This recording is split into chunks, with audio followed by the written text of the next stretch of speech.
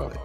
I'm looking here. All right. Well, I can already hear that Jay is struggling to find this. So let me just do the intros. Buy him a little bit more time. Welcome to Drama Free Gaming. It is what it says, and it says what it is. I'm Anthem. Appreciate you guys tuning in. Either you're here live on youtube.com/Drama Free Gaming or catching us in the aftermath of things over at anchor.fm/DFG podcast. Again, anchor.fm/DFG podcast. And yes, we are on other platforms as well.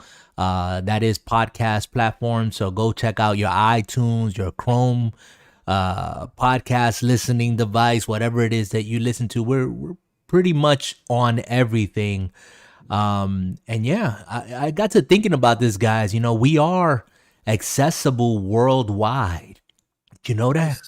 We're worldwide. We're like, you know, worldwide. It's just up to the people to spread the word. That's all it is. So, hey, man, I'll take being worldwide, baby. Bring it on. There you go. The furthest west I think I've traveled is Colorado. Colorado. And prior to that, it was New Jersey.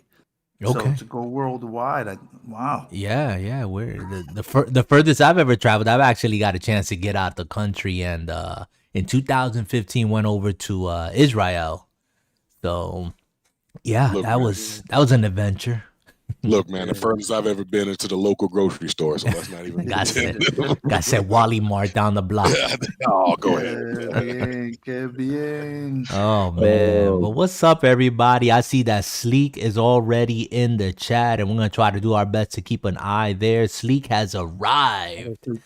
Yeah, you Sleek guys is always here. You guys will notice that we also have on our Discord, and I'm going to throw the link up on there if you guys are looking, and hopefully it works. And if it doesn't, what can I say? But I created a channel over at the DFG live chat on our Discord channel, so go check that out. And that invite at the bottom of the screen there, if you're watching the video, is actually live. And if you want to join us, we're just a bunch of gamers and dads and human beings that just want to pass the time. Not all of us are old, so let's just, you know, not scare the youngins away. Don't scare the youngins. Above 40. We all above 40. No, not Sleek, not Mangry, not some of these guys ain't as old as you, Jay. So you know. Oh, okay. Oh, my bad. Okay. I'm just saying, you know, I don't want to scare the youngins away, and, you know, the current generation, you know, we want to bring them into the fold. But there's a lot to talk about tonight. And before we jump into it, I just want to quickly say that I am really grateful that we are back, and titled the show today, The Stove, the Plate, the Freezer. And you might be saying to yourself, what does that have to do with gaming? And so the person who's going to answer that is the one who inspired me. It's going to be Henyo. What's up, Henyo? What? Where did you come up with this? What was the moment of inspiration for this? Are you referring to the plate? The stove, the plate, and what? The freezer? Oh, okay. I'm sorry. I was kind of offline for a second there. I thought I was having technical issues, but I'm glad I kind of jumped in here right now. Yeah. That came from just, you know, how the flow of things, you know, certain things just land in front of you, you know, like something coming off the stove, it lands right on your plate, and, you know, something that you've had on your plate for a while kind of moves, you know, it gets slid over and just it goes into the freezer for next day's morsel. So, you know, that line of thinking kind of plays into our daily lives and how we handle things, you know, what's cooking, what's to eat, and, you know, what's left over. Gotcha. Hold on. Yeah. I gotta say, Henyo, that's about the sexiest thing I've heard in gaming in a long time. The sexiest thing in game. I don't think it had nothing to do with gaming, man. I think he was just having one of those moments where his wife was just like hitting him off with some good food and stuff, and he just got inspired. So when in doubt, and my wife cooks well. So yeah, bless these women and bless their hands. So I tell you, I think my wife set me up. If I'm a little groggy today and low on energy as time goes by, is because it was not a peanut butter jelly evening. Okay, went to a place called Lelos, and by the name of it, you should know it's a Spanish place. And she bought me a mofongo stuffed with pernil, with some yuca on the side, and some escabeche, bro, some guineitos. So if y'all ain't understand half of what I say, it's okay. It's like eating a dozen potatoes. Oh man, it was good. I had to eat half of it because I was like, I got a podcast, baby. She's like, it's okay. It's all good. It's like eating a dozen potatoes. I kid you not. Oh my gosh, man. I feel so blessed right about now. But let's get past this eating and all this other stuff. Let's jump right into it. And Jay, let's start with you, man. The topic here, well, not the topic, but the first inquiry here is laptop.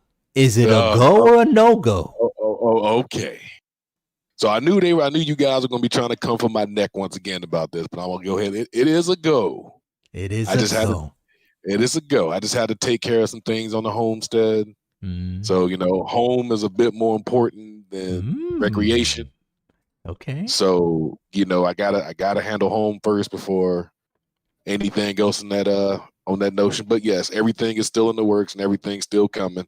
Just a slight delay. That's all. Okay, just a slight delay. So, but it was really exciting to help you out with that. I felt like we were part of the process to guide you and make sure that you don't get swindled in any deals or scuttlebutt into low budgetary hardware.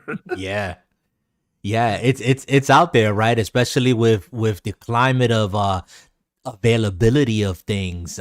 You got the old and the new and the somewhere in between mixed up all together, and everything's priced pretty much the same. So if you're not doing the research, right, you get caught out there. Sure. Yeah, I guess Jay died and Henyo fell asleep. That's okay. That's cool. No, you guys can hear me? Yeah, I can hear you. Jay, are you good? Are you still there, Jay? Are you still there? Maybe Jay died. I don't see him flashing anymore. He's dead. Well, we'll celebrate his laptop. Yeah, rip on Jay, or maybe he muted himself on purpose or something, and he just wanted to duck the conversation. But more the reason why he needs this laptop in his life for a little bit more stability. And, exactly. Yeah, we need him to. He does sound good this evening, though, so I'll give him that. I know. He sounds like his old sexy self. So, Jay, if you hear us, you might have to maybe his system crashed or whatever. It's been prone to do that, but It's cool. It's cool. So yeah, like just what we were saying, we looked out for him. We all gave him input onto a laptop, and had him help him make a good decision. We kind of brought him to a day and age of being able to run your video games on a stable system using RTX technology. Granted, it's not the greatest video card, but he's definitely in the mix. I would place his laptop on the above average side of things without breaking the piggy bank. So, super excited, and I can't wait for him to open it up and fire it up and see the capabilities of his laptop.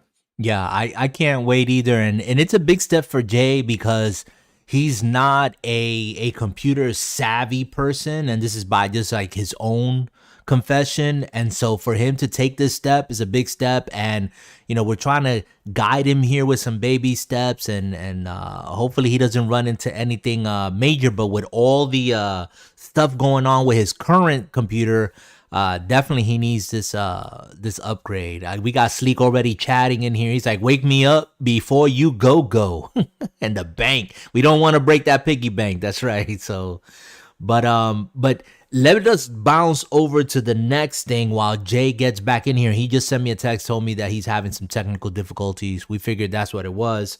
So Henyo, you asked the question, still no consoles. What is happening? What do you think is happening with, and we're talking about PlayStations, we're talking about Xbox, and I'm not saying current gen because we should assume already we're in February of 2021. These are the next gen quote unquote consoles. So we're talking about Series X, Series S, PlayStation 5.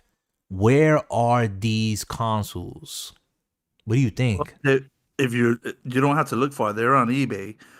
But outside of that, Yeah, they are.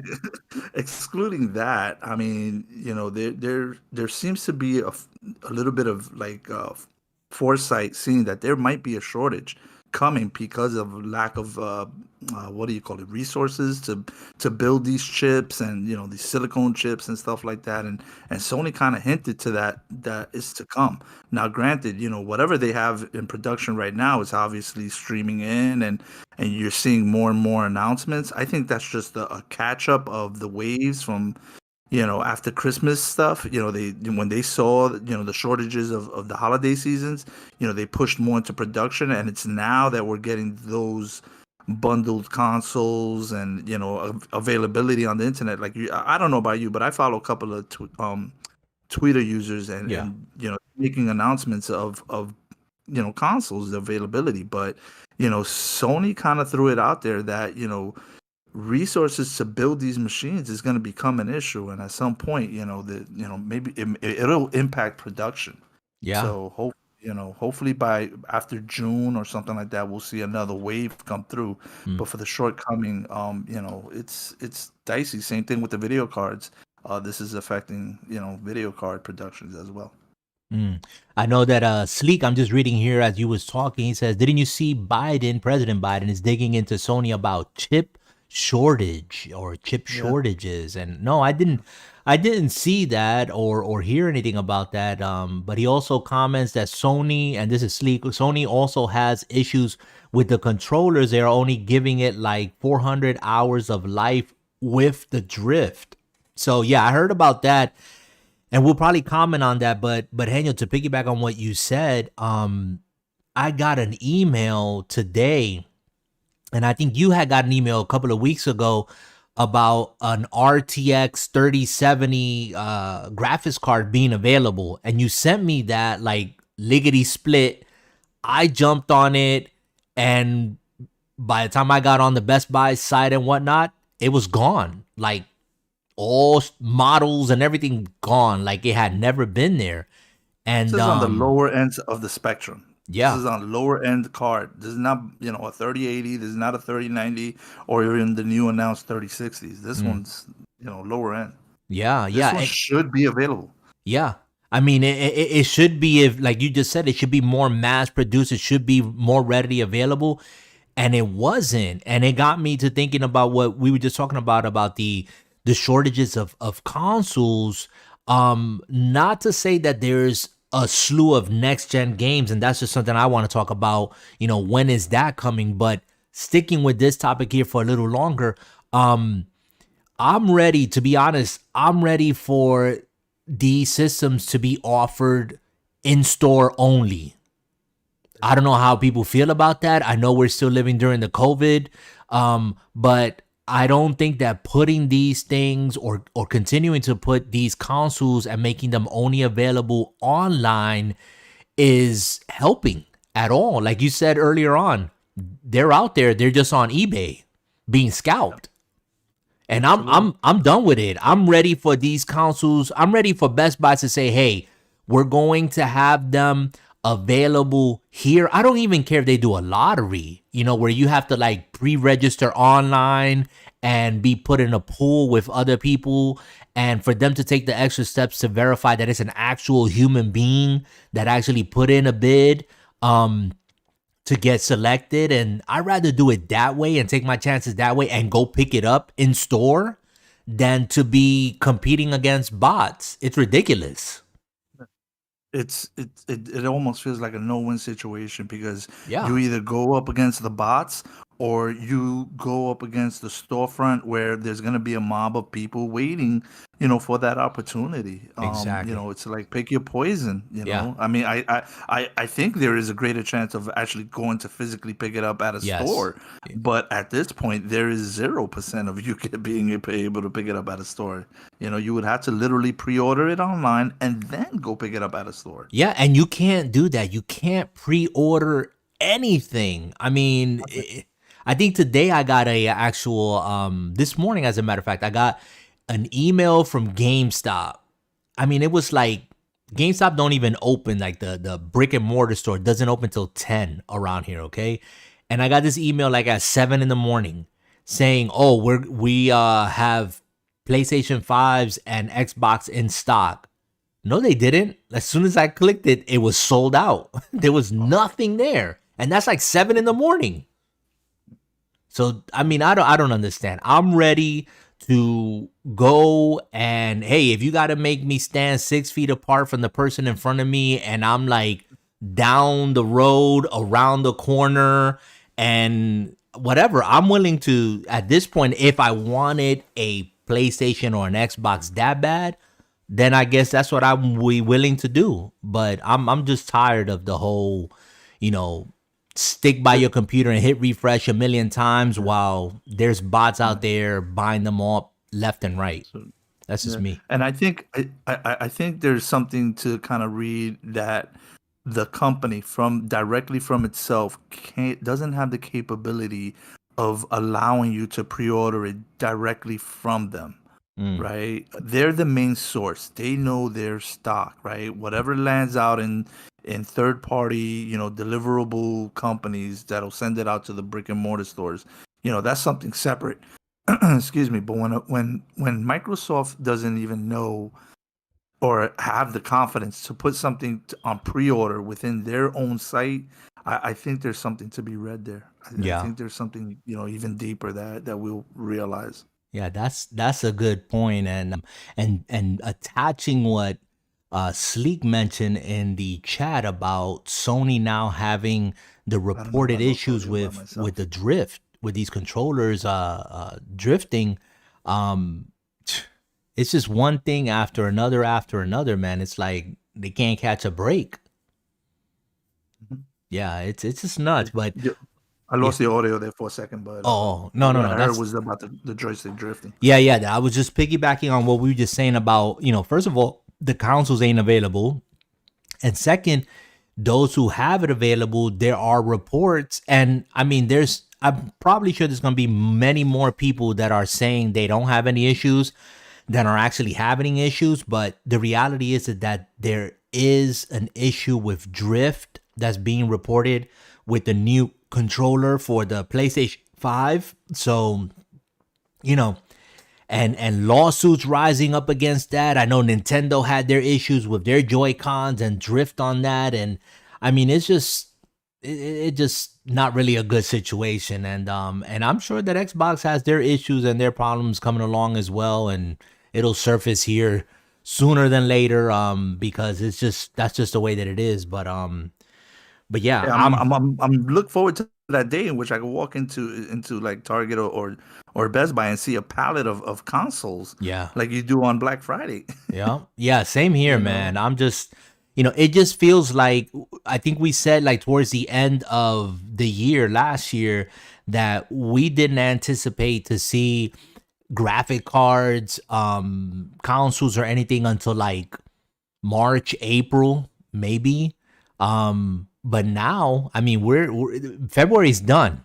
Like March is around the corner, and we're still in the same boat. And I'm like, wow, is it gonna be like November, December till we see like actual consoles readily available and graphics card and everything else? Scary. There's no guarantee to that. Yeah, it's just I cringe at it. I mean, it gives me the opportunity to save up, for it. Yeah, but come on. So it's scary what's happening. It's like, what? No consoles? Come on, seriously?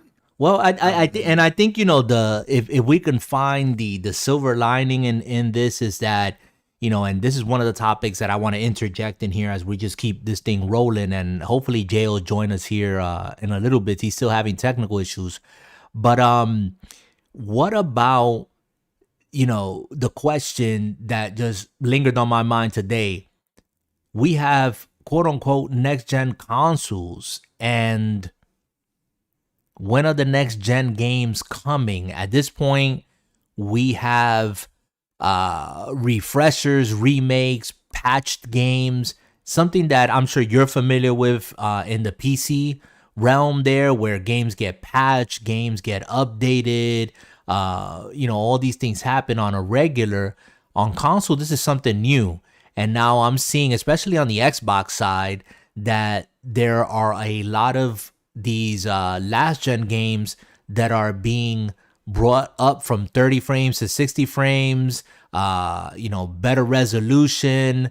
They're doing these things to these games, but I'm saying to myself, okay, when can we really anticipate next gen games built from the ground up? What do you think from a PC perspective, Henyo? And I know Jay is back, so what do you think? I think the indie games are going to be the saviors to all this for some reason or the Oh, other. okay. I don't have too much insight into the whole with the development community and what really is going to be showing up. Something like E3 would kind of give us insight into that, and maybe all these companies are kind of holding back and keeping things or polishing up their games, seeing the landscape right now with so many issues, what happened with Project Red, what's happened with other games in the past, like Anthem. I've heard some news today that I don't know if you've come across yet regarding their developmental team. Mm-hmm. Have you heard these? Mm-hmm.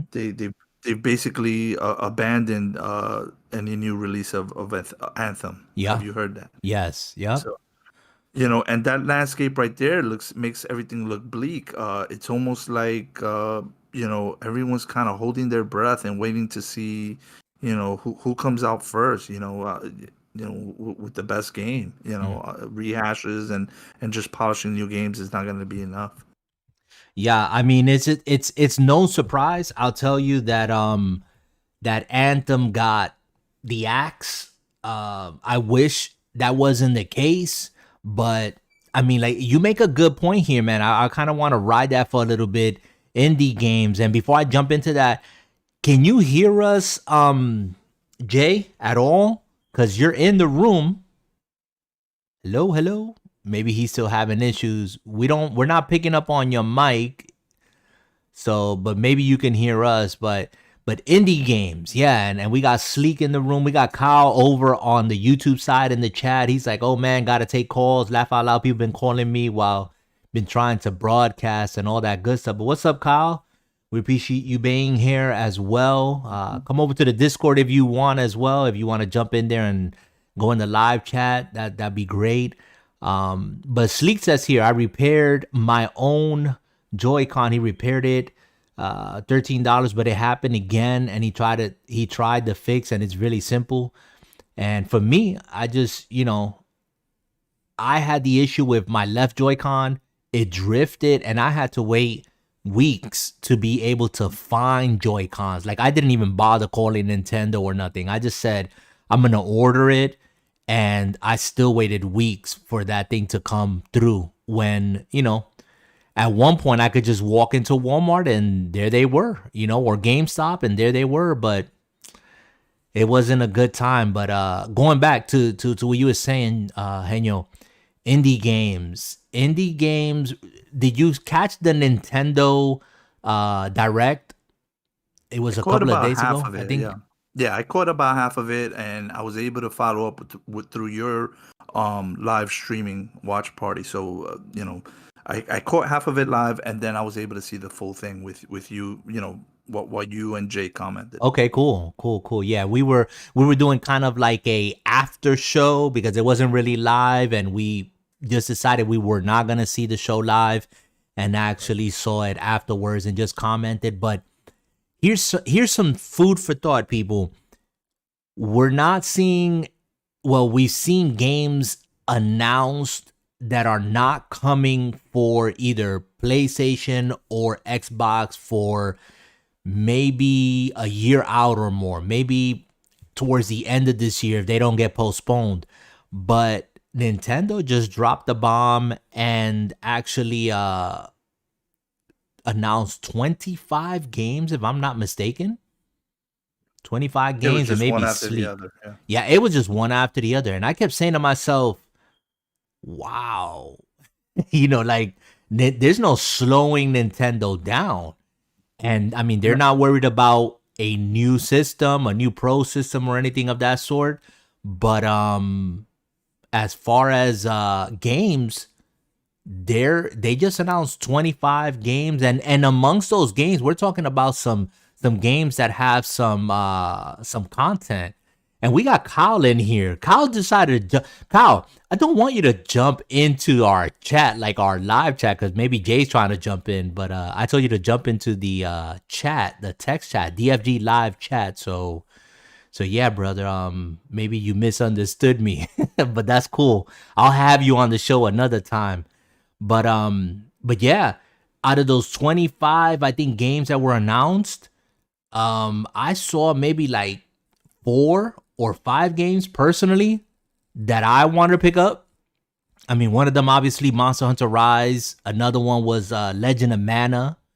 I think tomorrow Ghosts and Goblins comes out on the Switch. You remember that? Yeah. Do you know it's free right now? It's free? What are you talking about? It's free right now. The original Goblins and Ghosts, it's free on Nintendo. That's what I read. Oh, yes, it might be. You might be right on that. Jay, are you here with us? Yeah, we hear you. We hear you, Jay. Okay. Sorry, I had some technical difficulty, ladies and gentlemen. Continue with the show. I'll jump in. That's cool. So yeah, we're just talking here about how Nintendo just came up on the scene and said, "Oh, y'all want games? Bam, 25 games. I think at least 25 games announced with dates and everything." Whereas, when do you think next gen gaming is going to happen? Like whenever true they next feel gen. like whenever we really won't know what's true next gen, regardless of what a developer says, until we see it with our own eyes. So when you think that's gonna happen? When do you think that's gonna happen? It could be probably, my guess, beginning of next year. Yeah. Beginning of next year, like what? January, February? Quarter, I would say true next gen, Q2 next year. Q2 next year. So and what do you anticipate? Do you anticipate the floodgates to be open at that time and real next gen gaming, or are we gonna just have a trickle? You're gonna have a bunch of forced games like we always do. This is next gen, and nope, we're gonna be like, nah, this ain't next gen. This is a bunch of garbage you're trying to shove down our throats, until one gem leaks out. And I think Henio said it earlier, it's going to be an indie game that ekes out and goes, hey, we got your next gen, and that's where we gonna go. I think indie's gonna shine. Yeah, I can't agree more. Yeah, go ahead. I'm sorry. I just have to throw this out here. I think developers are going to be really cautious again with the landscape, the way things have just fallen apart for someone coming out with a game right now. If you really need to clean up your act, and things could go sideways really fast. I think Cyberpunk was really anticipated, and it almost it was almost like a push came to a shove, and things just got really twisted really fast with them. And I think other developers are kind of taking heed to this and kind of learning, from that. Well, I don't really think that's developers. I think that's more of a corporate market trying to enforce what they want, and the developers are like, we really don't care, because developers are the ones taking the fall, not the publishers. So, we got to remember that, ladies and gentlemen, when there's developers and there's publishers. Developers develop the game. Publishers make the deadlines. If you want to take your problems up, take it up with the publishers. CD Projekt Red did nothing wrong. Just everybody jumping on their case. Y'all got to remember, Witcher 3 started off not that good. Now it's one of the best RPGs of all time. So chill out. That's my best advice. Yeah, we could hope so. Yeah, don't hope. Don't hope. I mean, Jay sounds pretty confident about that. I'm glad he does.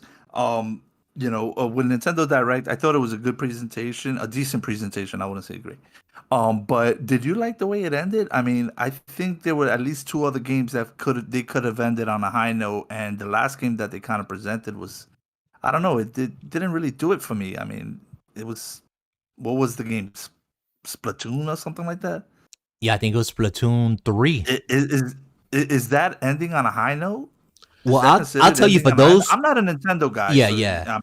I'm gonna comment on that because I think the announcement of Splatoon 3 got a lot of people excited. I'm one that plays Splatoon 2.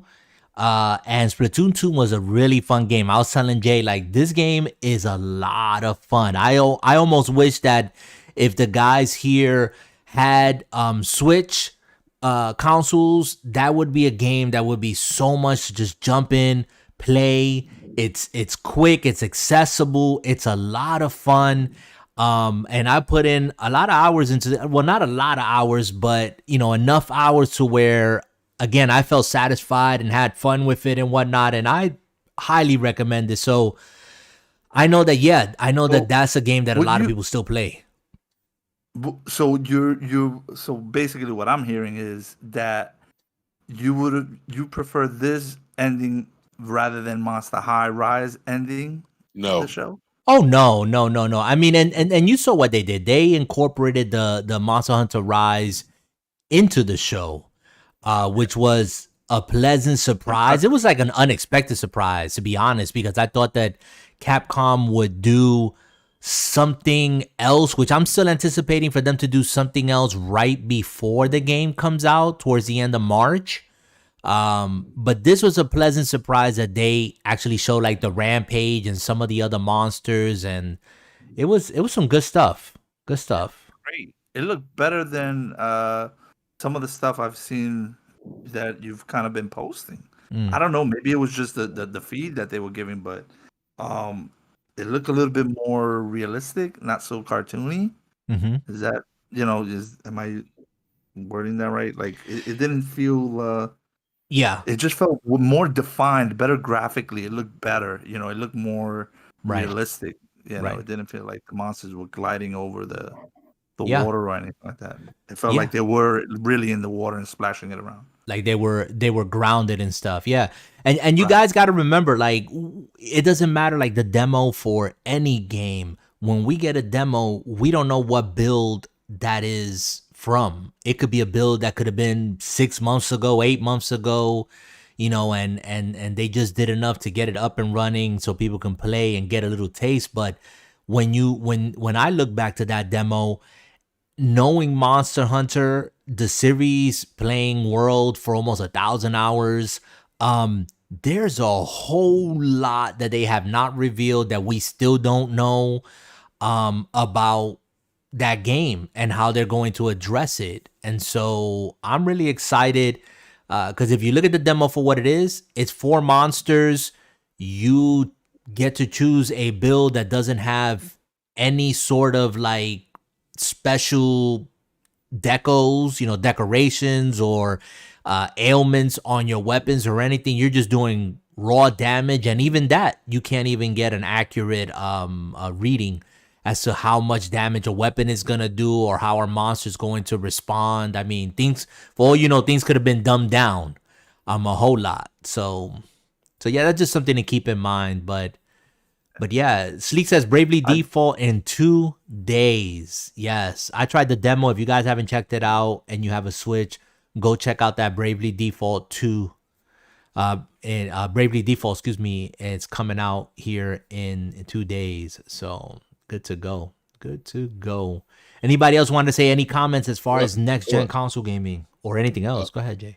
Actually, I got an announcement they made about Arcade 1-Up, by the way, if anybody even cares, because it's been an adventure with it. But also, they just announced that the Mortal Kombat Legacy machine is up for pre-order now. So if you're a retro head and Arcade 1-Up machines are sexy to have in the house, definitely reach out, pre-order yourself an Arcade 1-Up Mortal Kombat Legacy machine. It's going to be dope. 12 games with the riser. Check it out, people. Arcade 1-Up is dope. Are all those 12 games in there Mortal Kombat games? No, sir. The games would be Mortal Kombat 1, Mortal Kombat 2, Mortal Kombat 3 Ultimate Trilogy, Root Beer Tapper, Tubin, Joust, Defender, and I like Tubin. Yeah, see, there are very few people don't even know what Tubin is. Why don't you give him a lesson on tubing there, young Mr. Henyo, let them know what it's about. Tubing, tubing is what is the term when you use both joysticks and you kind of have dual to stick. Oh, actually, no, actually, that game did not use a dual stick. You used a regular joystick, and you kind of had to use your arms to kind of go left and right down the river, and Nice. you had to avoid thorns and other obstacles. Good, Very clean fun. Yes. So you can definitely pre-order it. GameStop, Best Buy. I don't know if Walmart's going to get it, but I definitely would recommend it. And the next would be Pac-Man Legacy, which I know Anthem is definitely licking his chops about. I don't know about the Legacy. Is that yellow cabinet?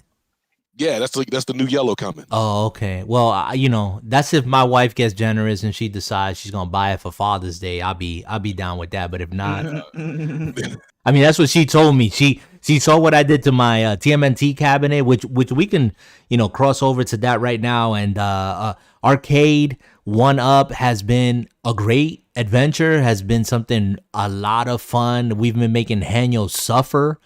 Sending them pictures of our cabinets and the mods. Impressive. Yeah. Hold on. So later this week, I sent Henyo because Henyo's a big Star Wars guy, and we had a little conversation about Star Wars on the arcade. And I sent him with a guy that built his own Star Wars arcade, and Henyo was upset about it. I just don't have physical footprint space. I just don't. You got to make space. Where I'm gonna make he's in the city in a condo, bro. He has no room. There's no room. Trust me.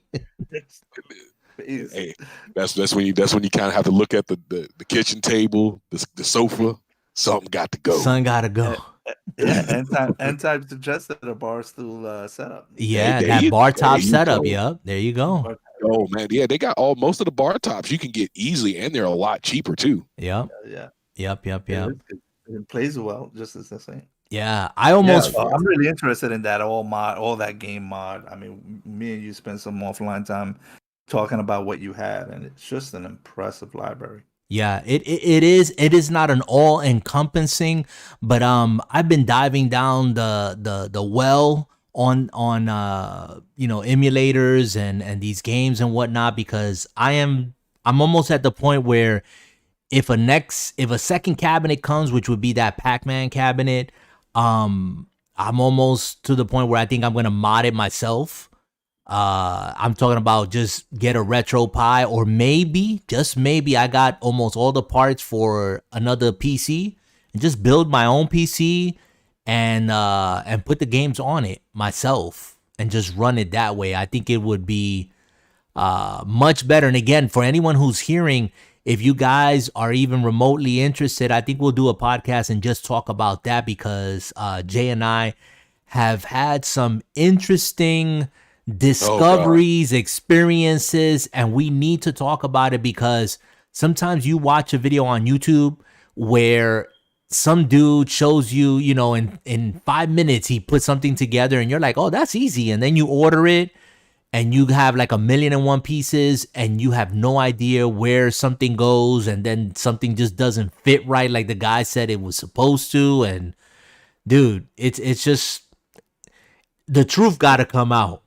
Okay, it's not as easy as they show it on these videos, especially if you're just an average Joe like us. Okay, if you got like a shop in your garage and you know how to, you're a master carpenter or something, that's one thing. But you got to be ready to learn some stuff, and to go through the growing pains. Now, I do want to say this. I want to give a huge shout out to Arcade Mod Up for doing what they do, because they give you definitely something to work on and to strive for. They do a lot of good work. I'm not saying their work isn't great. What they do is an excellent thing. I agree. So, anybody out there that want to try to shoot hate at them cats, don't do that. Yeah, they work really hard. Yeah, no, we're not putting any hate out there for anybody. For Arcade Mod Up, are there things that they could do better? Yes. And I understand why people, on the one side are like, oh, why am I waiting, so long for this? But I don't know how many cats they got out there working, but the work is work. Okay, to put these mods together, for everything to be pre-wired and calibrated and everything, so that when you get it in your hands, you can just plug and play, to put it simple. Yeah, we should be a lot more patient, especially if we want quality. And that's what I want. I'd rather wait an extra week or two and get something of quality than have something rushed to me because you're trying to, fulfill some sort of quota. You get what I'm saying?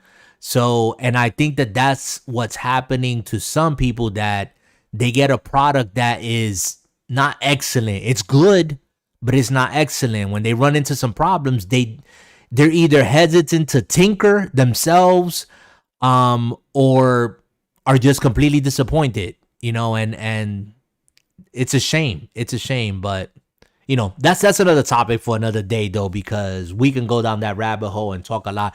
Kyle is saying Star Wars is better than Star Trek. That one is for Henyo. Oh, well, hold on. You're taking a shot at me because I actually like Star Trek too. So.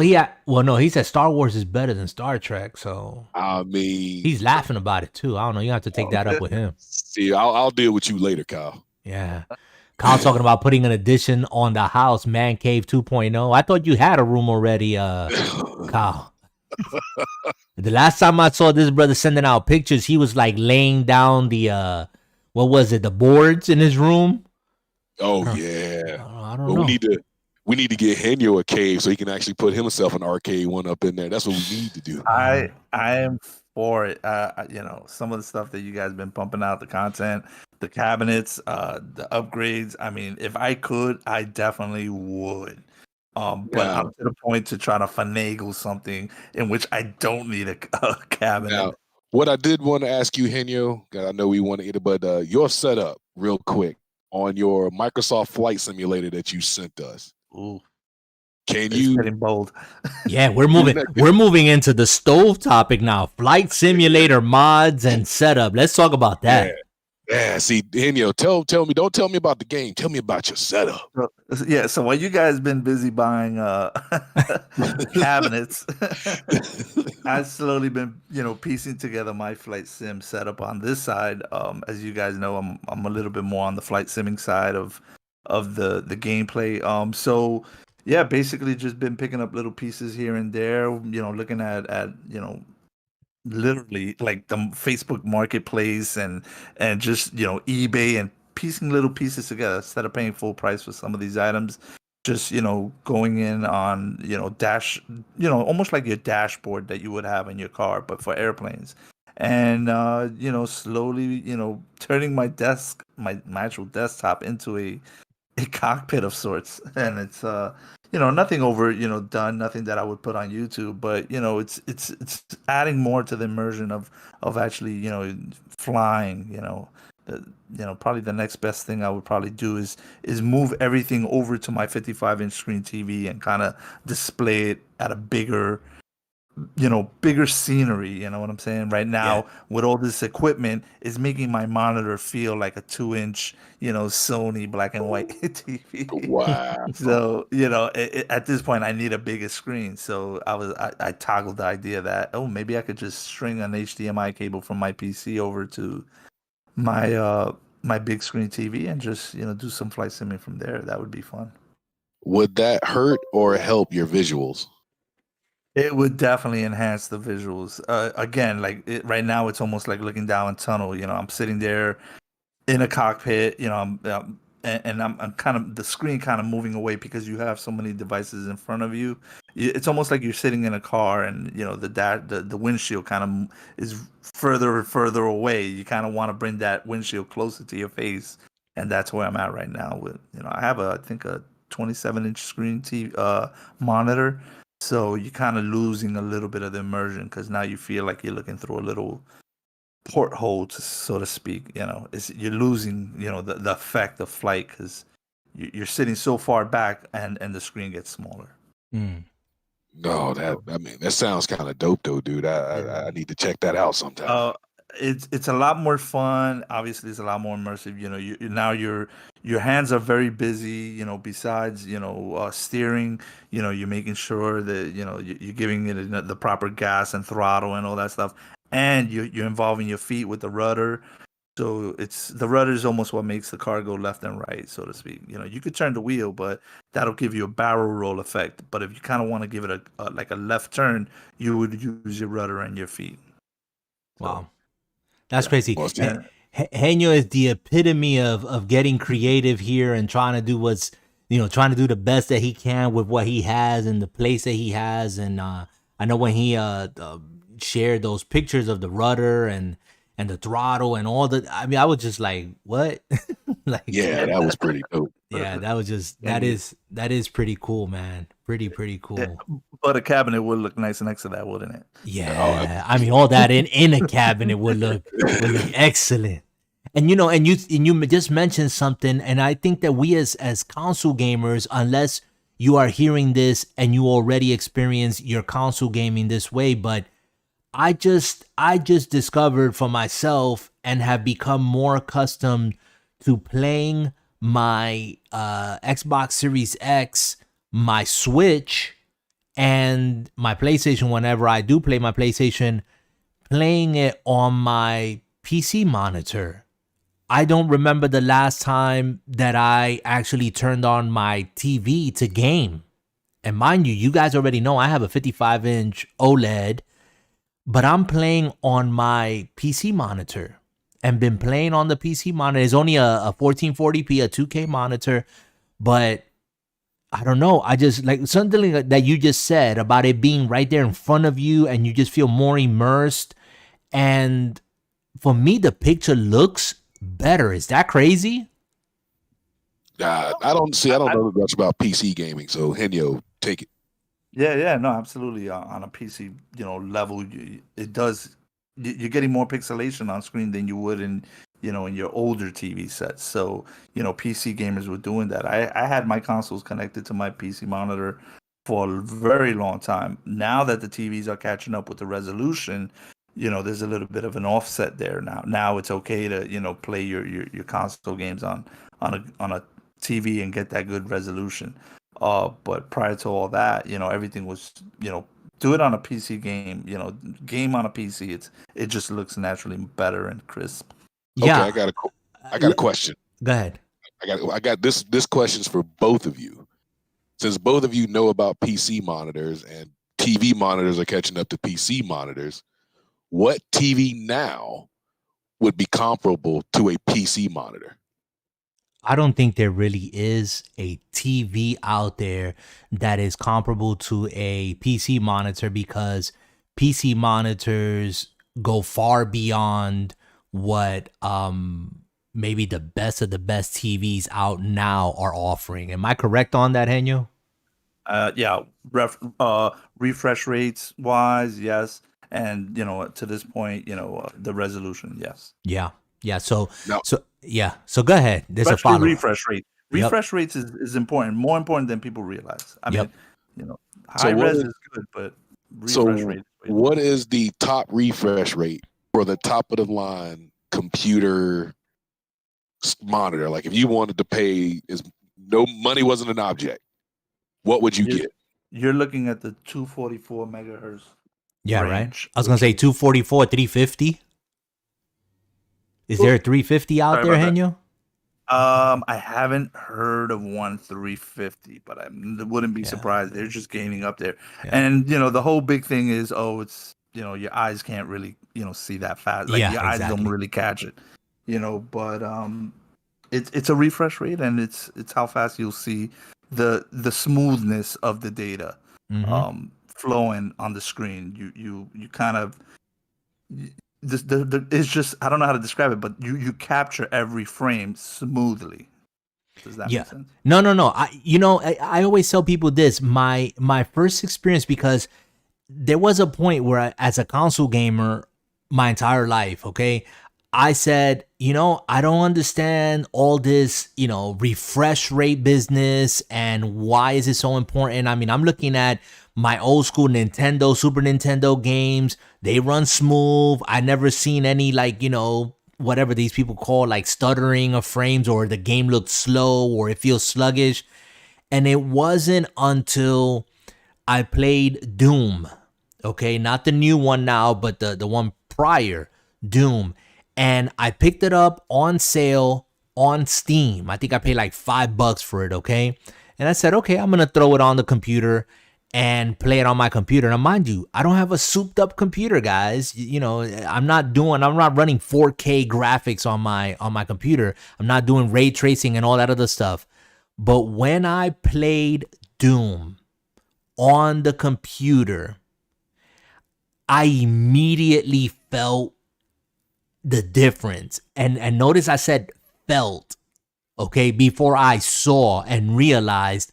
I felt the difference. And I was playing with a controller, okay, not mouse and keyboard. I played with a controller and I said, wait a minute.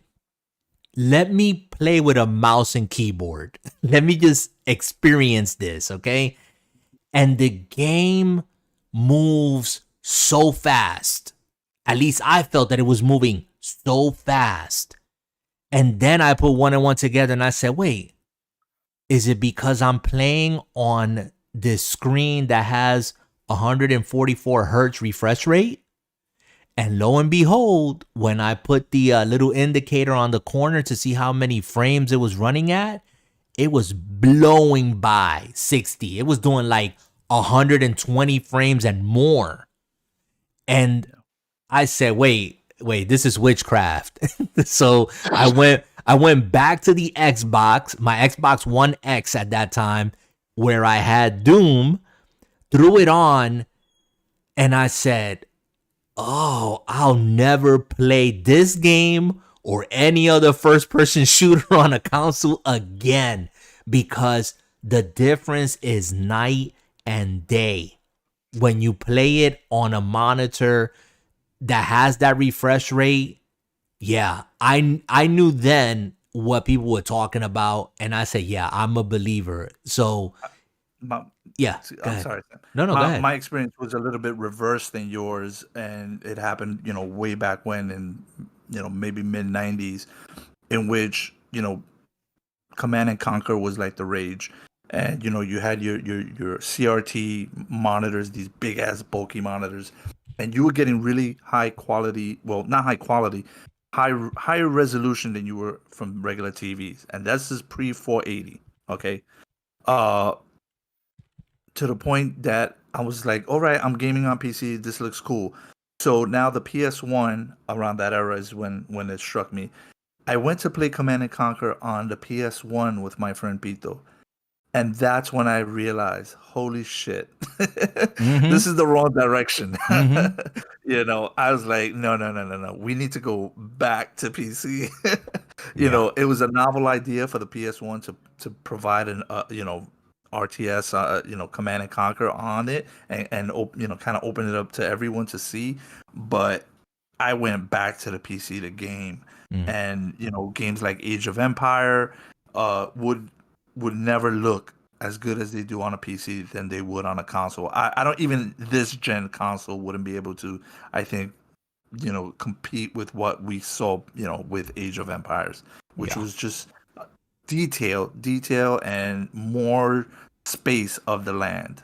I don't know how to put that as well. Again, it's almost like comparing 480 to 2K, display.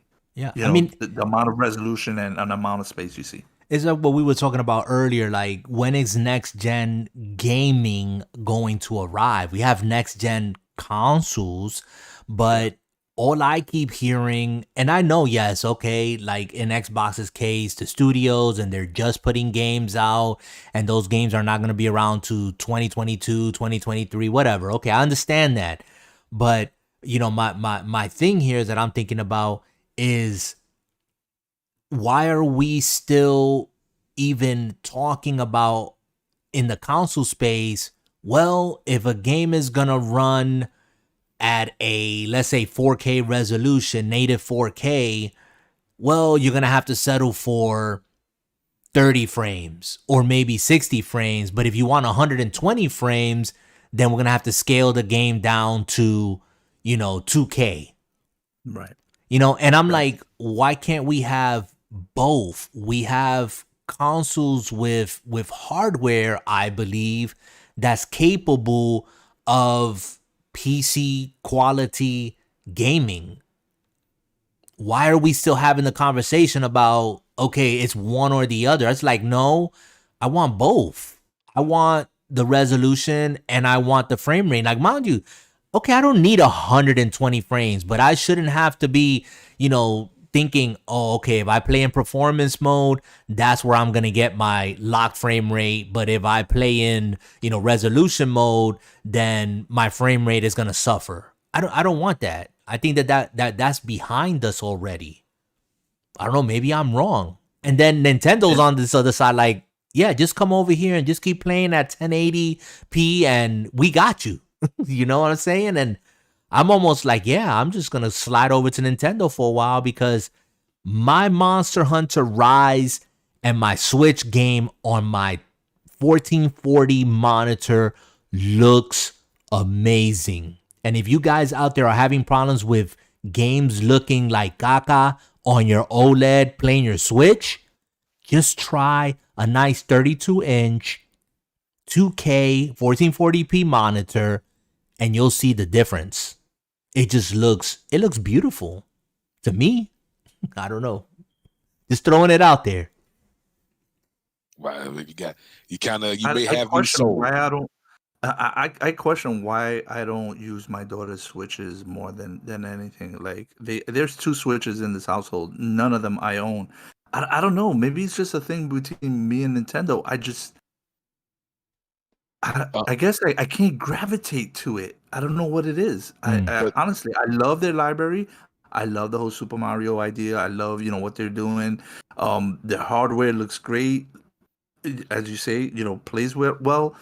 But I just can't gravitate. Like I can't find myself sitting down and using this device. I don't know why. There's 2 of them in the house. At one point or the other, one of them is laying down doing nothing.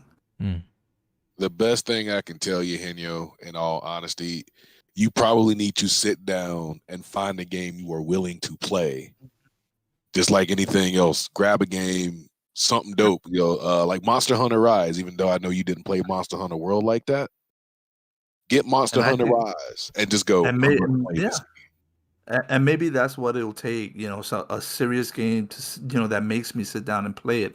But I look at their library and I go, well, BioShock would interest me. I would play BioShock on the Switch. But then I start thinking, I already played that game 3 times. Why am I going to play it on the Switch? Oh, man, but they got so many different titles. I mean, you're talking Luigi. I know they do, and that's just it. There's no gravitation for me to. It's like, maybe you're right. Maybe I do need to sit down with a game and just spend quality time like I do with my children. Yeah, you know what? I think it's that with Nintendo, they've never been in a place where any of these developers have actually had to launch their game day and date. If you look at some of these games that are coming on the Nintendo 6 months later, a year later, whatever, they come out on Xbox and PlayStation. And at that time, you're playing, they're on Steam, they're on PC, they're on everything else. And you play them there. And by the time they come out on Nintendo, you look at it and you go, I played it. Or if you haven't played it then, you're like, do I really want to play it on a inferior console? I mean, I can get it on sale for this other platform, And so that's one of the things I think that has always kind of like hindered the Nintendo having more appeal with more gamers, because Nintendo has a specific audience that continues to follow them. I've gotten into my Nintendo, to be honest, more because of Rise, because of Monster Hunter Rise being an exclusive there. If not before that, I was messing around with what's the game, Animal Crossing, and that was about it. And unless you're a big like RPG person like Sleek, Sleek is an RPG person. I mean, Nintendo has a slew of RPGs. Very good time to jump into a Switch right now. Let me tell you, I mean, the announcements of the RTS games coming out, which I'm not a fan of, but the art looks so beautiful. Mana, Legend of Mana. it's a great time to own Flurry of a games, Switch. just nonstop. A Yeah, flurry of games. That's yeah, what it was just like, oh wait, okay, all right. Oh, yep, oh, what's this? Oh, I yeah, think I'd seen that before. And, yep. and it's like all brand new, everything's You ever fresh. played And Octopath Traveler? no, Yes, and no, Sleek says I it in don't the chat dabble too. Nintendo. Uh, Octopath is beautiful, man. Beautiful. Fire Emblem Three Houses. Yeah. I That's mean, we another can good go one. on and on and on and talk about RPGs and the platform. That's Nintendo. That's Nintendo for you. And Sleek is right. Bravely, I played the demo. I liked it a whole lot, but I know that I can't commit to any of these games. It's I'm going to get Legend of Mana because that's just like a retro thing for me, and hopefully I can get in there and play it and enjoy it and whatnot. But yeah, it's good stuff. Good stuff. Good stuff. Let's keep it moving here as we continue to Nintendo. talk.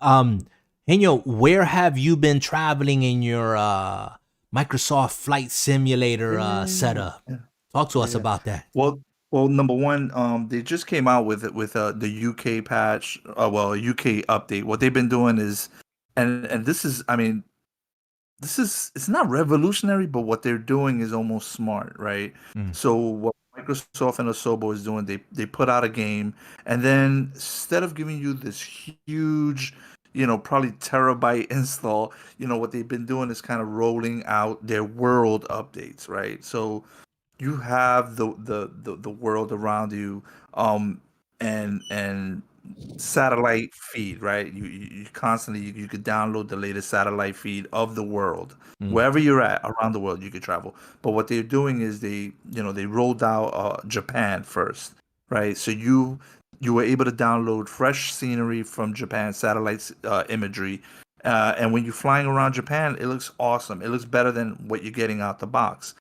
So a couple of months ago, it was the U.S. So the U.S. got some fresh content, and just in this recent update, the UK and Ireland got some fresh update, right? So they're kind of giving you the whole world in chunks, little by little, with updates. Now, there's a little bit of things break, Of and, course. and things aren't working perfectly right now. Is all things. There's some bugs and fixes that they're trying to address. But I'm gonna get to your question in a second. There is some instability right now within the game. One, when you kind of landing, it takes you longer to land because of your they kind of increase the number on your flaps. So basically, what instead of you're playing coming down at a certain angle, more directly, it's kind of gliding a little further than it should, right? So that's a little bit of an issue there. But me personally, my trek started out of my hometown of New York City. I've been making my way south through the eastern board, and I've landed in the Bahamas, going all the way down the eastern board from Miami to the Bahamas, and now I'll be heading out to Cuba and into the Caribbean islands of Puerto Rico and all those connecting islands. Nice. And it's been really like what's the word? It's almost like when you first saw Google Maps satellite or Google Street View for the first time. It was like you kind of look around and you go, "Oh my God, that's my house!" Or "Oh my God, look at that person on the street." You're like you're taking in every little bit of the scenery, and you're almost afraid to miss anything that that's out there to see. Granted, there are some dull moments when you're traveling, either through the ocean or through the heartland. But when you're in like vibrant areas like the city or downtown Miami, there's so much that you're like looking around, and the graphics are so, I mean, satellite imagery and like really, really good high quality. Um, it's called I'm gonna try to pronounce this properly. Photomography, I Mm, think is the right term. And it's just, the quality of the image of the satellite image. And it looks so, so good.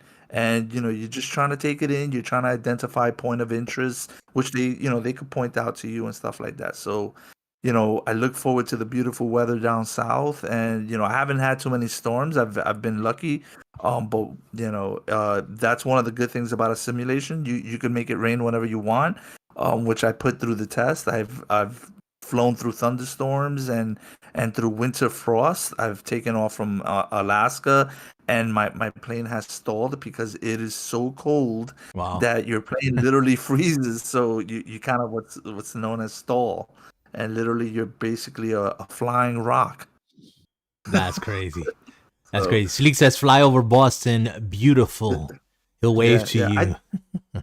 Yeah. When I first got the game, all I did was just kept circling around my neighborhood, and I made a little video, but it was too big to kind of upload.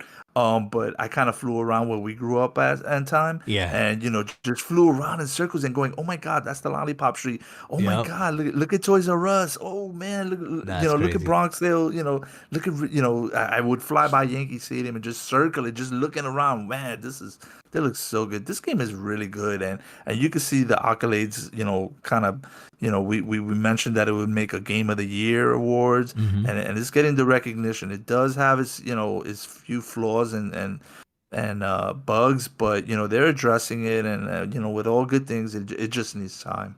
Yeah, it's Well, and something. It's something that has to be seen and experienced, right, to see how Yes, good absolutely. the game really is. Because you're talking about these are not like graphics that have been, constructed. This is like actual like satellite imagery, right? Yeah, absolutely. That just And must be and amazing. we were speaking on refresh rates earlier. This comes into play when you're flying. You want that smooth flow feeling, right? Because you want to be immersed in the scenery. How realistic does it feel if it's choppy, right? that's true. It That's it, a good it, point. take, it's almost like blinking in the circus. What did I miss? It just doesn't feel right. So you want that fluid. You want that great frame rate, great refresh rate, and you got to pay with the hardware. But it's breathtaking. You kind of you appreciate it when you're flying. Yeah, I just put the Uh, question out on chat, and you just mentioned the importance of it being a smooth, experience, frame rates having to playing a big part in that.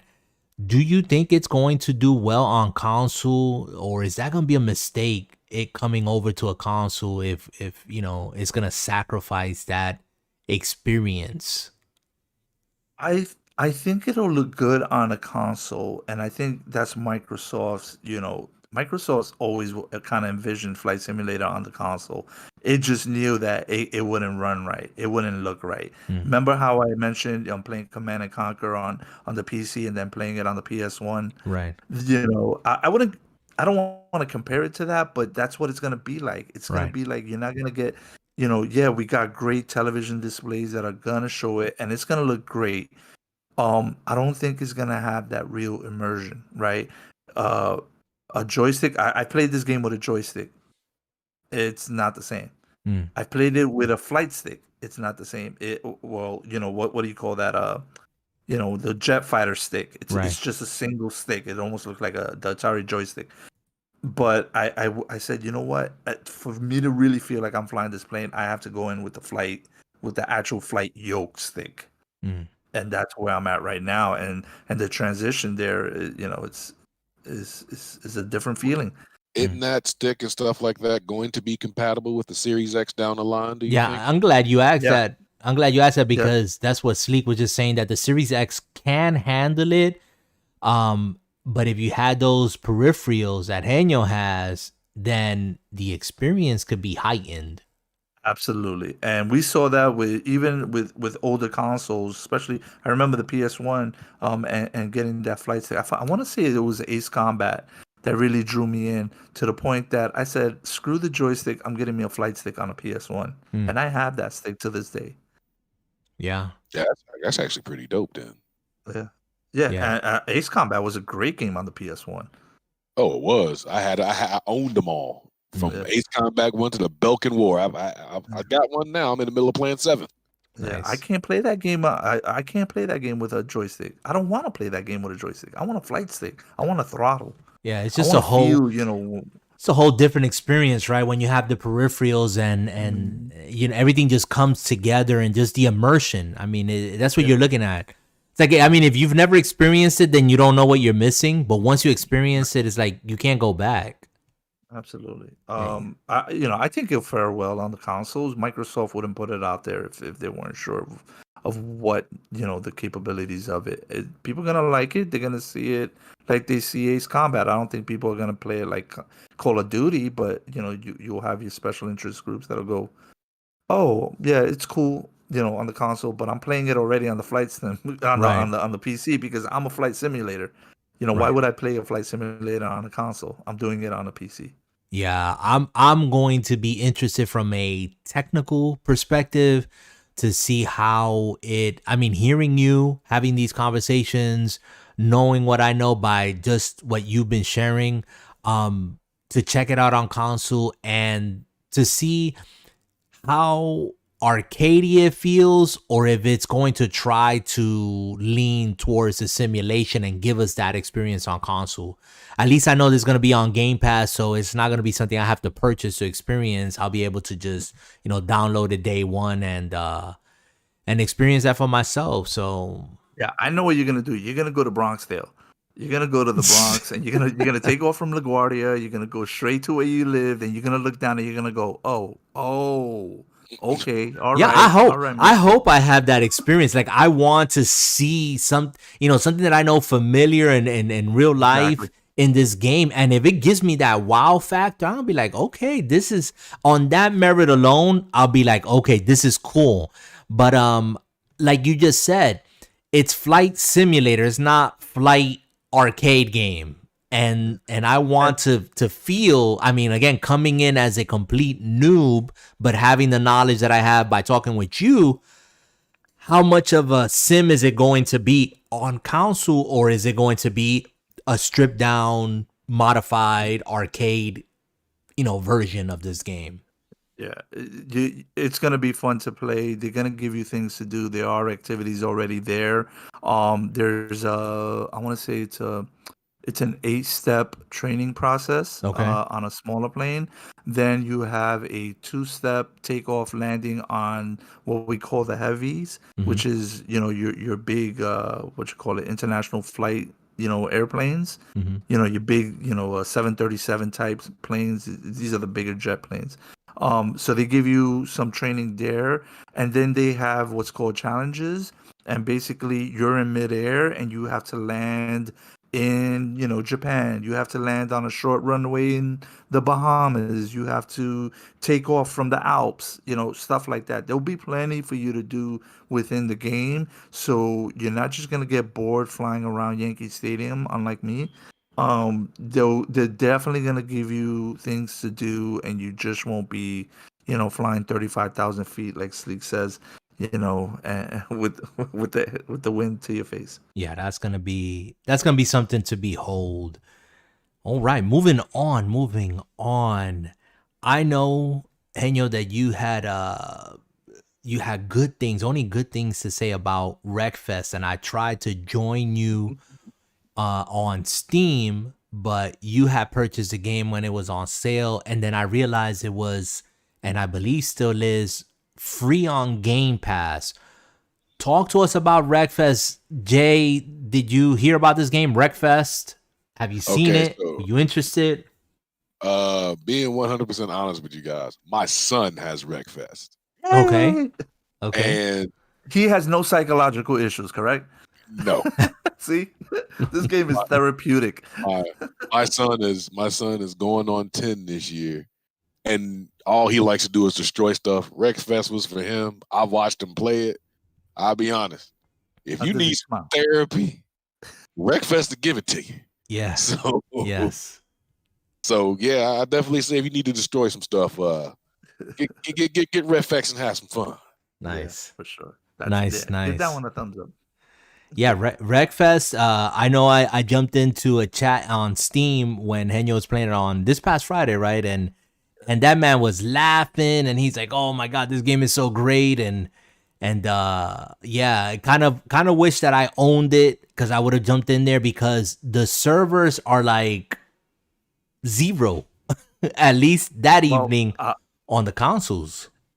I'll tell you what. What I did was I opened up a couple of ports on my end, and I was actually able to jump onto some Oh, servers. okay. So I think it may have been just a port router issue that we Gotcha. couldn't reach the servers. But Gotcha. I was able to jump into 1 or 2 sessions after that, just for my sanity check of my technological skills. Okay. Yeah, because I was just like, I was saying to myself, wow, wait, I mean, I got the little taste of jumping on a lawnmower, and I mean, it felt like the old school. What was that old school game with the ice cream truck and the mad clown? Twisted Metal. You keep forgetting Twisted Metal. Twisted Metal. Yeah, you play Yeah, Twisted man. Metal. Yeah. Jay, you play Twisted Metal. I know you play Twisted Metal, right? Yeah, yeah, I have, and y'all about lost me with the computer talk. I hit my Charlie Brown mode. Like, okay, Yeah, I see the Charlie Brown on the Discord. But I mean, Twisted Metal, that game just being a lot of fun. There was another game called Destruction Derby. Have you guys played that game? Yeah. Destruction Derby. was That's what Wreckfest. That's what I thought Wreckfest was, and I think that's what it is, right? It's Destruction Derby. Pretty much. I loved Destruction Yeah, Derby man. on the PS1, man. Yes. Oh Lord. Yep.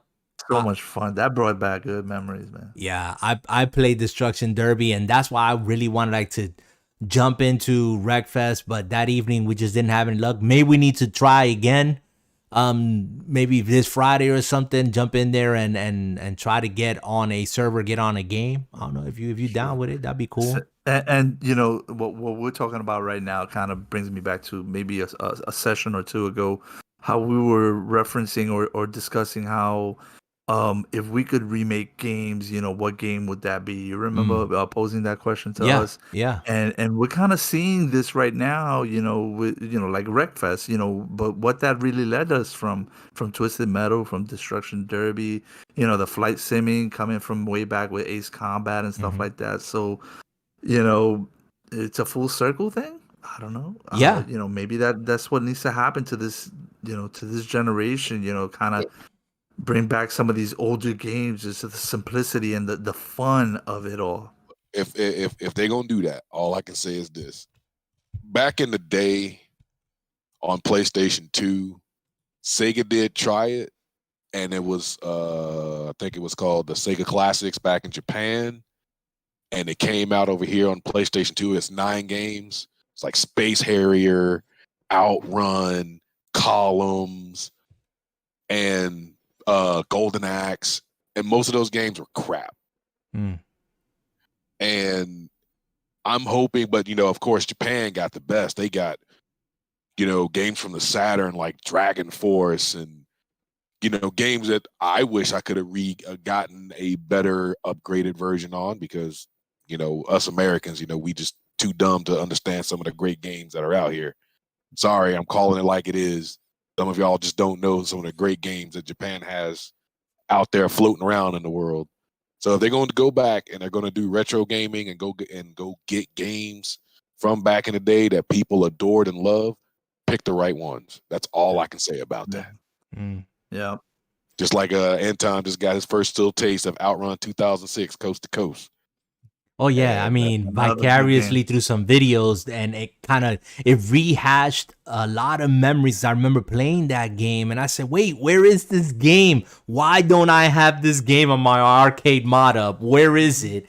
And then Jay schooled me and told me, "No, you're not gonna be able to get that game. That game is lost unless you own a physical copy." Yeah, you literally had to find the original cabinet to play that game. The original cabinet, or it was on the 360, was it, or on the OG Xbox? OG Xbox, and then they redid it, re-resed it, and HD'd it on 360. Yeah, and it was 2012 on 360, not 2006. Yeah, the reason they lost the game, by the way, is Sega lost the license to Ferrari. And of course, Outrun is you're driving Ferraris, and without the license for Ferrari, Sega can't produce the game nor have the license for it. Right. So now if you go eBay and look for Outrun 2006 Coast to Coast, man, I've seen that game go up towards $1,000. That's crazy. For no reason. You're talking about the physical game. So that means you have to have the physical hardware because you're not gonna find that anywhere but a physical copy.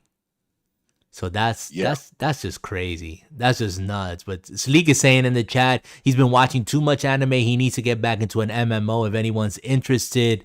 The East has the best games. West is dookie, and he's laughing about it. Oh, wow. Hey, you know what though? It's true. I'm on the bandwagon with Sleek, man. He got a partner in crime with because the East, y'all people just don't know about the East, man. There are games out I can name right now you probably never even heard of. I tell you, there's a lot of games, and I think we're going full circle, but I'm just gonna touch it. There's games I'm discovering on this mod up cabinet of mine that I'm like, oh, this game is dope. Oh, this game is dope. And I'm like, I need to go like hunt information on this game, get some Wikipedia to learn how to play the game because they're good. They're good games, and I've never heard of them because they're not games that came out, here in the West. They're just games, in the East, like you guys are just saying. Did you keep playing Jungle Hunt? Did you keep playing? Oh my gosh, it's in my favorites. I gotta confess, it's in my favorites list. Did I tell Jay the story of that game? Oh my gosh, I experienced it. Jungle Hunt, man. I mean, when Henyo mentioned Berserker, at first I was like, Berserker? And I'm trying to think. And then when I saw it, I said, oh my gosh, I remember playing this game. So that's lots of fun. Henyo, I need you to say something about this MLB The Show demo. You get invited into it? Did you get in on the PS4? I played it. Yeah, I've been playing it this today. Actually, I got to play it today. How is that, man? Because I haven't got no email, no invites or nothing. I tried for Xbox, but nothing. Yeah, what I was looking for was your name to see if we could crossplay each other. Yeah, because it is crossplay, right? That's confirmed. That should be the case. Yes. So basically, you had to sign up. They sent out a tweet, saying, "Hey, now's your opportunity to register for the game." I sent word to Sam. I said, "Come on, let's do this." You receive a little message like you would from a friend, stating, so and so time you'll be able to download the game. They give you a redeem code. So I saw it last night, and then this morning I think I tried to download it. And it took like maybe an hour to download. You fire up the game, and it feels pretty good. What they did this year was they kind of put a watermark, a digital watermark, so you see your gamer tag across the screen. Not a big deal, but right. You kind of see it. This is the first time I think I've seen that they've done that. So they're trying to prevent people from either posting it or they play and tell you this is not real gameplay. This is just for testing the servers. They want to test for load. They just want to see what people's tendencies are, what aspect of the game they really start off with and stuff like that. So it's more just information gathering. I don't think we're gonna see anything that's like really gonna say, oh wow, I can't believe they put this right now in the game. The graphics look all the same basically from last year, and again that is just because that's just the vanilla coding to the game, so don't expect any real visual appealings. It's just basically what you saw last year. And the gameplay felt tight. The pitching felt good. What they do is they just basically give you all access to the game to test out. You could play by yourself. You could also play online against other teammates or other friends, and that's what they actually kind of want you to do. They want you to go invite an opponent and play against them, because this is the phase in which they test and their network load. Right, so they're hoping that swarm of people will come and play the game and flood their servers and test out. Again, this goes back to how I was saying how San Diego Studios is really diligent about what they're how they handle this game.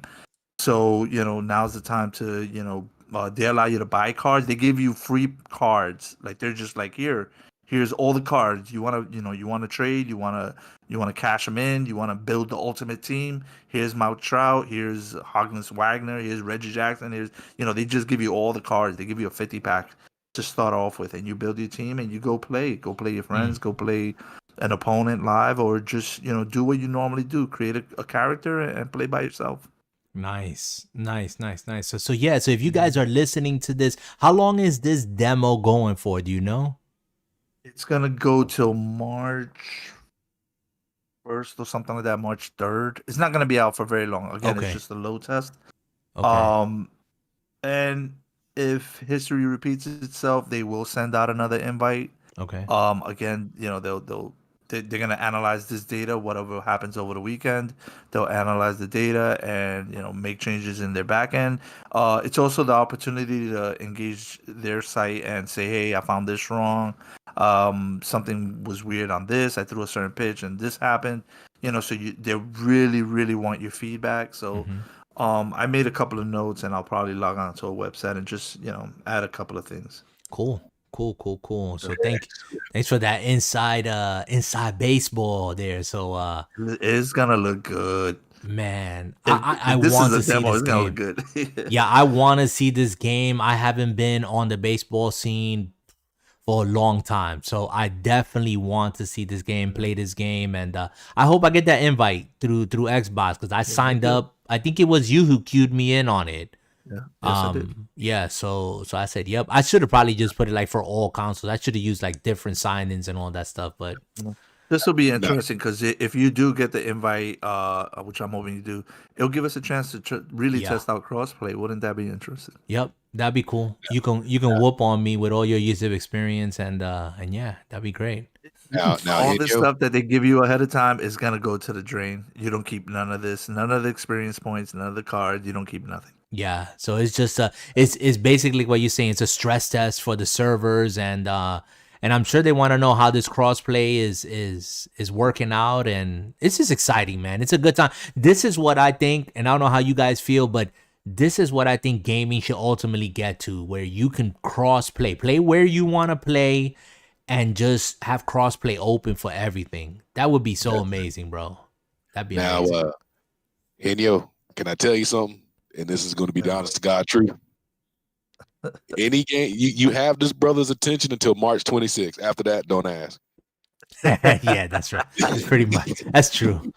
That's true. Like March 26th, when that day comes, that brother's gonna fall off the map. Yeah. We'll And know I'm gonna what's on his plate. Yeah, We'll know that's what's true. coming off the stove and onto his plate. Yeah, I'm gonna tell you right now. I'm gonna get a phone call, and it's gonna be, "Where are you at? Let's go." Yep. And that's all. It's And gonna if be. you don't come, I'm leaving you behind. That's how I feel about it. Yep. That's how it is. So I'm telling y'all right now, if y'all want to do anything with this dude gaming wise, you have until March 26th. Nah, it's not gonna After that, happen. it- Yeah. It's off the What map. I want to know is what's gonna go to the freezer. What's gonna go to the freezer, man? You listed a couple of games here. One of them I haven't touched. The other one, I'm just gonna get it right here. Cyberpunk I haven't touched. I'm not gonna touch Cyberpunk 2077 until we get an actual next gen version of it. I'm not playing anything patched or whatever. I want the next gen version of it. So, and even then, with everything that has happened, I want the next gen version. I'm going to check out Digital Foundry. I'm going to see what the video is, what they say, what looks like what, blah, blah, blah, how it's moving. And then still put it on the back burner, to be honest. I still think that Cyberpunk 2077, after it works all its kinks out and, CD Projekt Red gets, this cloud lifted off of them, I still think the game can be a contender for game of the year. It would definitely be an enjoyable game. They just need to fix it. Yeah. Yep. We said that here before. I was into so, it. I was into yeah. it. I was getting into it. Yeah. But then, I said, okay, let this bake. Yeah. Well, Most definitely. I'll tell anybody when it comes to that, one day at a time. Don't rush it. Yeah. Don't rush it. Yeah, I'm not in a rush for Cyberpunk at this point. The Witcher, I was actually thinking of jumping back into The Witcher, and just the thought of picking that game up where I am right now. I remember where I am in the game, but to get into the game again and play it, it's like it's an investment, man. It really is. And like Jay just said, Monster Hunter. I've been playing a lot of Monster Hunter World. Kind of like in lieu for Monster Hunter Rise, and there's still stuff in Monster Hunter World that we haven't even touched yet, and we just trying to stay on that game, and I think I still will be playing World for a bit. Kind of like to cleanse the palate from Rise, because eventually that's gonna need to happen. So that's my personal thing. And you mentioned Fallout 76. I never touched Fallout 76, so I got no comment on that. So Yeah, I'm always a big Fallout fan. I've played all their games, and I started up 76. I made it out the vault, and it was meant to be played with friends, and they had their technical issues, and I wanted to play that game so bad, and I wanted it to be around with friends and have that quad party. Um, I have troubles hooking up with two friends. I surely couldn't imagine hooking up with four friends and Mhm. blowing up stuff. But I was like, okay, let me try it on its own, like playing it single player mode. It's not the same. You're playing a single player game in a multiplayer world, and it doesn't feel right, Yeah. So, as much as I want to play this game, I really enjoy this type of gameplay. Um, it's just hard for me to get into. I Yeah. want to play. And I kind of left out a game here that's on the plate. Gears of War. I'm on my third one right now. I'm kind of going through that. Okay. Um, so I've been playing a lot of Gears of War, so much so that it kind of put The Witcher to the side. But I'll definitely probably turn on The Witcher and play like half hour, an hour, and you keep doing that every day. You could eventually reach some point of the game. Yeah. I and Jay, go ahead, jump in and say something if you're gonna make any Yeah, I'm comment on really anything. interested in what Yeah, most Jay's definitely. Go ahead. gameplay. What's your game style like? Like when you play, like what's your routine? I could tell you my routine, and you probably find it funny. But what's your My routine? what do you? It depends. Like you got to be more specific with the question because I play so many games. I do so many things differently. I was told once that I adjust the gaming so fast that no matter what I do, I just do it. So it's everything is just second nature. So be more specific. Yeah. So So so yeah. So what do you tell us? Tell us a day in the life of your gaming. Like yeah, what let what me give you my determines it? routine. I'll give you my routine. I used to wake up at 5:30 in the morning, and I used to. Now I get up at 7 because I can't keep waking up. I will get up at 5:30 in the morning, play one game of MLB The Show, and then play whatever game I was playing on the PC, right? To start off my day. Then I would go exercise, you have breakfast or go to work for the rest of the day. Afternoon, spend it with my wife, or sneak in a game between dinner, and then have dinner, watch a show with my wife, and then let the evening settle and play another MLB The Show game or whatever game I felt like playing that evening. And that would be a typical day in, day out game. Okay. Well, I guess for me, if I can catch in time, it's usually we gonna go kill a monster. Basic. That'll be Monster Hunter World. If I So got you like don't wake up to play a game. no, Okay. like my You're not morning. you're not a morning player. No, if I'm the when I crack my eyes open, it's getting kids ready for school, having a cup of coffee, gaming So ain't even you on my mind. you would not wake up early to play a game no matter how much you're into it. Um, not in the beginning, like right now today. I played Castlevania. I sat down. I was like, I got a couple minutes. I was waiting for end time to show up. So I wanted to see how fast I could run through Castlevania because Castlevania is probably one of my most favorite games of all time. If you know me, I talk about Castlevania too much. And I got upset because the game soft locked on me. So I about threw my controller. But And just he speed runs that game. Just so you know, okay. We're talking Hey, about he's done in the game with like 10 minutes. He's done. no, don't nah. I'm too humble for all that that's now. a quarter. But like I got so many, like I legitly have played so many games, and I'm in the middle. Like I'm playing baseball stars as well right now, and I'm trying to win championship. So I'm like 13-4, Nice. and then I'm still even in time I still play Shadow of War. I'll get on that sometimes. Mm-hmm. Shadow of War. Yep. Yeah. So like legitly, my gaming is so random, except on Fridays. If you lay out a game like, yo, we gaming on Friday, what's the game? This the game, I'll be there. It's I am legit random. Fighting games, it don't matter. If I'm in the mood, I'm just gonna play it. I'm not gonna think about it. It's just let's play.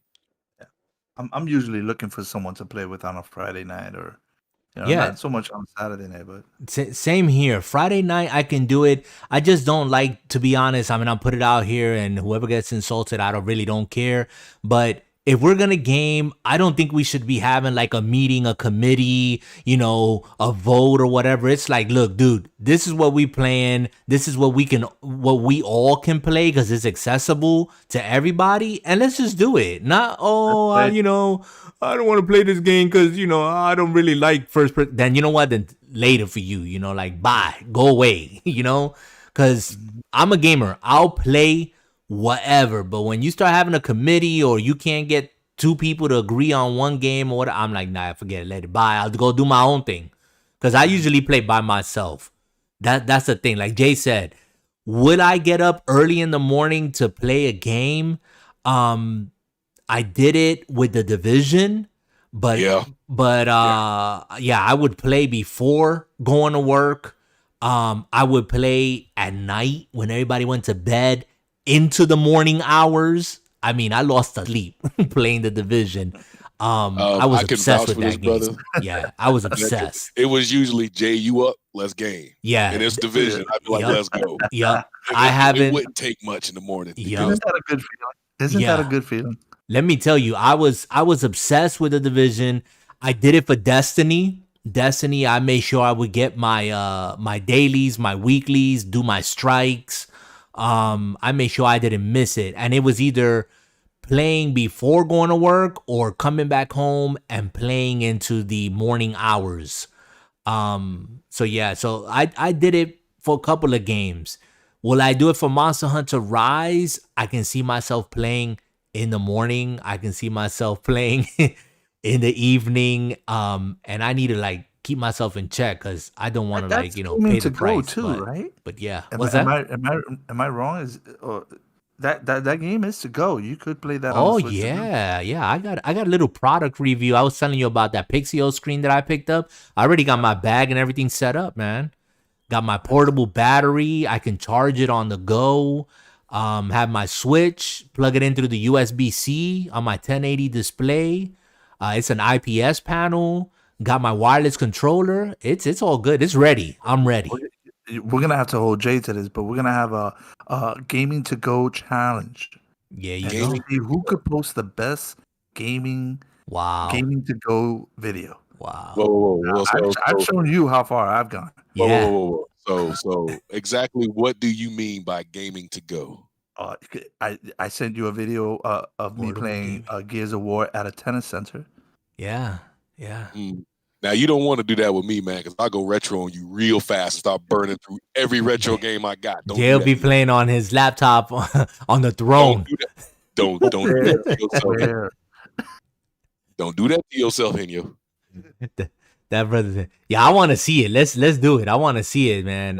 Hold on. I'm gonna take this challenge when everything upgrades. Yeah, of course. I want to be able to sit back and prove it that way when this brother like, Jay, you need to stop playing all these games. I'm like, I told you. Yeah.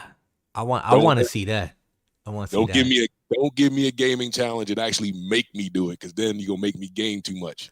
I'll tell you what, with this portable setup now, and Henyo is my inspiration to go get a screen, and I'm loving it. Sometimes I'll leave here and I don't have to be to work to a certain hour, like the kids get out, and I'm usually at the homes at 2:30 or something. I'll leave earlier just so that I can park in the park in the whatever in the community, and I'll play there for a good half hour, an hour before going into the house.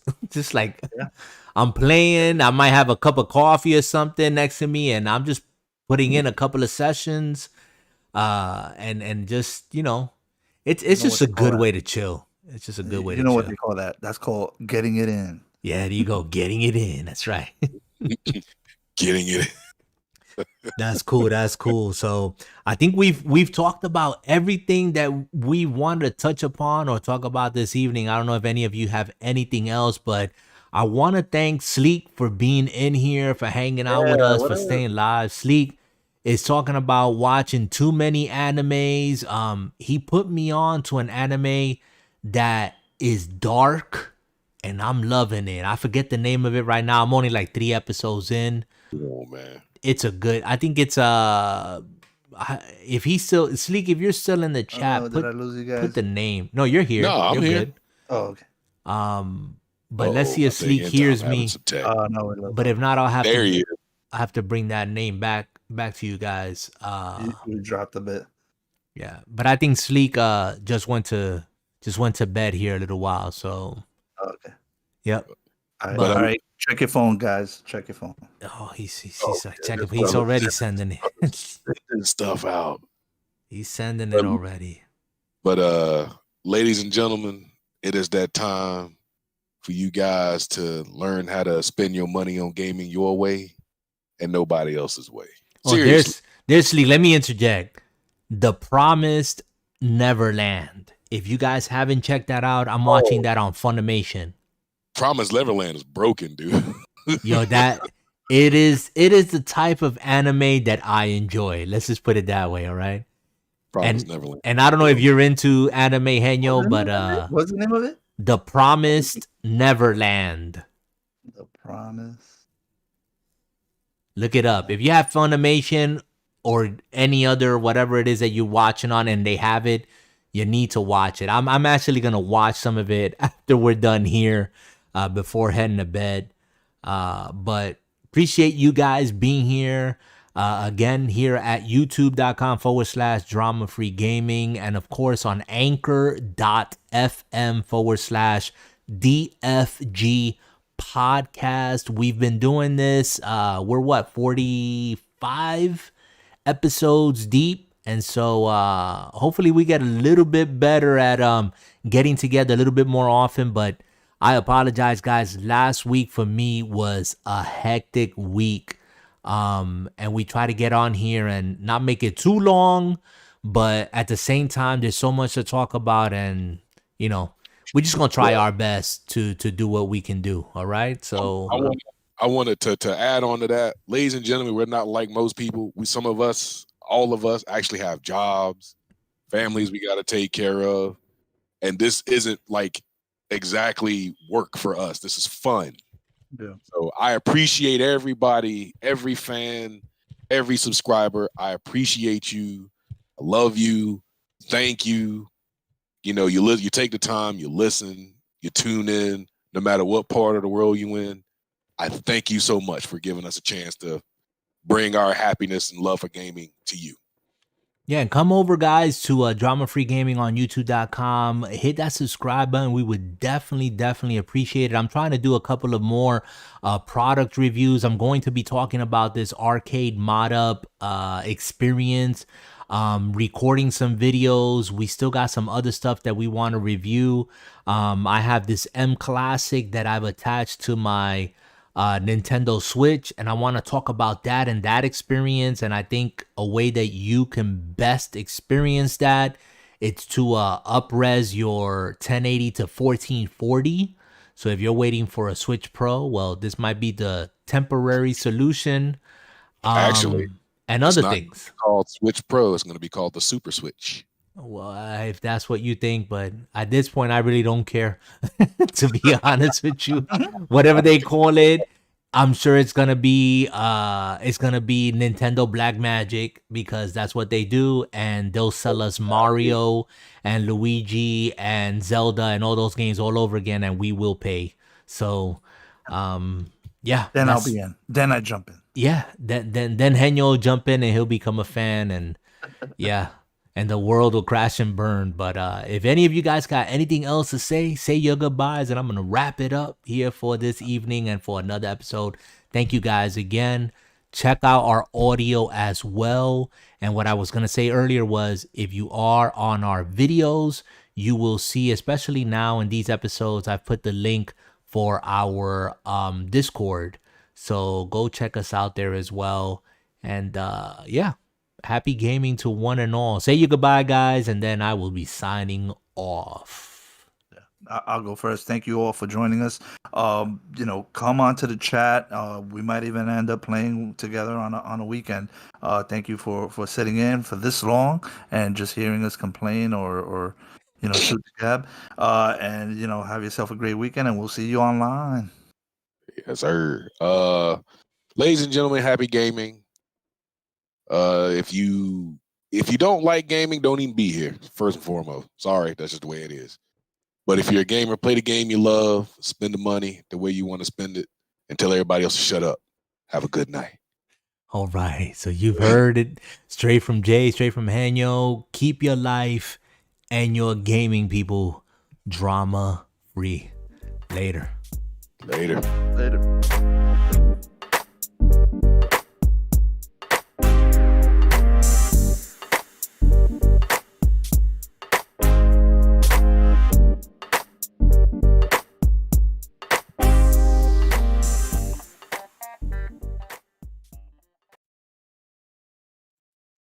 All right, cool. We are done with that. That was good stuff. Nice, man. I mean, we covered a lot of stuff, man. Clean. That's what I was gonna say. It was just really nice and smooth, man. So sorry, I had technical difficulties earlier. But yeah, it was all right, man. It's good. All the more reason why, laptop gotta go. I'm gonna upgrade. Go. Hey, strengthen your Wi-Fi signal. No, my Wi-Fi signal's fine. I got a new modem from Spectrum. I'm running wireless alone. I'm running 190. 190 so it's up? No, 190 yeah. down. No, probably down. Either way, I'm pushing a really strong signal. Okay, cool. So it's not the signal, it's the tech. Don't worry, the tech it's gonna change. All right, that's cool. Gonna be better. But y'all have a good night. 5 o'clock comes early. Yeah, man. I'm gonna. So how you want to do this challenge, real quick, Henyo? Do I just need to record something on my phone for you and send it to you? Oh, I was just joshing you. You don't have to do nothing. Nah, I'm not. When you get your new computer, then you talk to us. Till now, you can't be doing nothing. No talking. Right. Yeah, okay. Get your new tech, and then we'll talk about all this. Okay. Yeah, I was just fair enough. No, you done started something, brother. Nah, Henyo inspired me, man. I saw this panel. I said, wait a minute, this is nice, man. I'm gonna try this out, and let me tell you, I'm a believer now, man. I'm like, what? It's good stuff. It's good stuff, man. Cool, man. Well, we're gonna go out and about. We might as well take it with us. Yeah. Hey, ain't nothing wrong with that, dude. Nothing at all. It gives me more mileage on my Switch, so it's a good thing. All right, fellas. I'm calling it a night. Yeah. All right. Cool. Gentlemen, till the next time. We'll see you online. Yes, sir. We'll see you online. Henry, you bouncing? Unless you want to talk about anything in particular. I mean, I'm still here, but I'm probably gonna watch some of this Promised Neverland is what I'm gonna do. I'll probably go take a shower and go lay down to the lady. I mean, especially since it's 11, so I usually go down around 12. So so I'm just gonna take advantage and watch a little bit of anime and then go upstairs and go to sleep. So, and I do have to wake up and test the MLB the show. There you go. Keep me posted. I'm keeping an eye out on my email. If I get that, I will definitely text you and let you know. They run more than one test, so hopefully the next wave you'll be in it. Yeah, you got yours through email, right? That was the invite. No, it comes through the console. Oh, okay. So I haven't gotten any in my inbox. So yeah, you will see like a message from a friend. Okay, cool. Okay, bro. All right, man. Have a good one. Appreciate you and great show, man. Perfect show. Yeah, I think it was great. I thank you for the outline. That helps a whole lot. That did that help? Okay, great. Yeah, that helps a whole lot because I can just interject, within the outline and just keep things rolling. So yeah, helps transition and stuff like that. You can mold it on. Yep. So I appreciate that. Thank you. Yeah, sure. No problem. We'll talk to you online, man. All right, bro. See ya. Okay.